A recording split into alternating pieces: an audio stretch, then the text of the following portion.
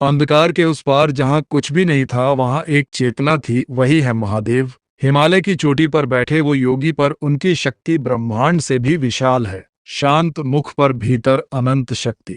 विनाशक भी वही, सृजनकर्ता भी वही। डमरू की एक ध्वनि और जन्म ले लेता है पूरा ब्रह्मांड। उनकी तीसरी आंख सिर्फ देखती नहीं, सत्य प्रकट करती है। न रूप न सीमा, फिर भी हर कण में वही मौजूद है। देवता भी जिनके आगे शीश झुकाएं, वो हैं देवों के देव, महादेव। जब रुद्र जागते हैं तो प्रकृति भी कांप उठती है। शमशान में भी जो शांत बैठे रहें, वही हैं वैराग्य के स्वामी। एक ज्योतिर्लिंग जो अनंत का प्रतीक है, एक अग्नि स्तंभ जिसका आदि मिला ना अंत। जब सृष्टि राख बन जाए तब भी जो शेष रहे वही शिव है। प्रलय के बाद उसी मन से फिर जन्म लेती है सृष्टि। तारे जन्म लेते हैं और विलीन हो जाते हैं, और शिव अचल है। युग बदलते हैं पर महाकाल स्थिर रहते हैं। समय की धारा भी उनके चरणों में बहती है। एक ओर सृजन, दूसरी ओर विनाश, दोनों के केंद्र में शिव।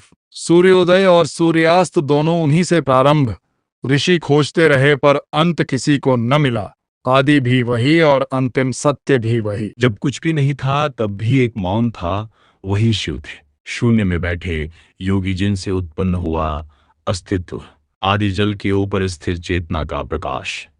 डमरू की पहली ध्वनि और समय ने चलना शुरू किया। आंखें बंद पर भीतर पूरा ब्रह्मांड छिपा। पवित्र ज्यामिति जो उनकी ऊर्जा से जन्मी, प्रथम ऊर्जा जो सृष्टि का बीज बनी। अंधकार चटका और सत्य प्रकट हुआ। पूर्ण मौन जिसमें हर उत्तर छिपा था।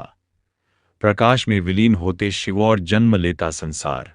शिव अर्थात कल्याण, हर पीड़ा का समाधान। शी जो शांत करे, वह जो वायु सा व्याप्त हो। आकाश पर लिखा एक नाम शिव, मुस्कान में भी आशीर्वाद और मौन में भी करुणा। ओम नमः शिवाय एक मंत्र, अनंत शक्ति। राख से भी कमल खिले, यही है शिव का अर्थ। भक्त पुकारे और शिव सुने, एक नाम जिससे ब्रह्मांड प्रकाशित हो। स्वर्णिम प्रभात और शिव की शांति। अक्षर मिट जाए पर अर्थ अमर रहे। शिव सदियां बीत जाए पर शिव स्थिर रहे। घड़ियां टूट जाए पर महाकाल अचल है। ग्रह घूमे पर उनका ध्यान न डिगे।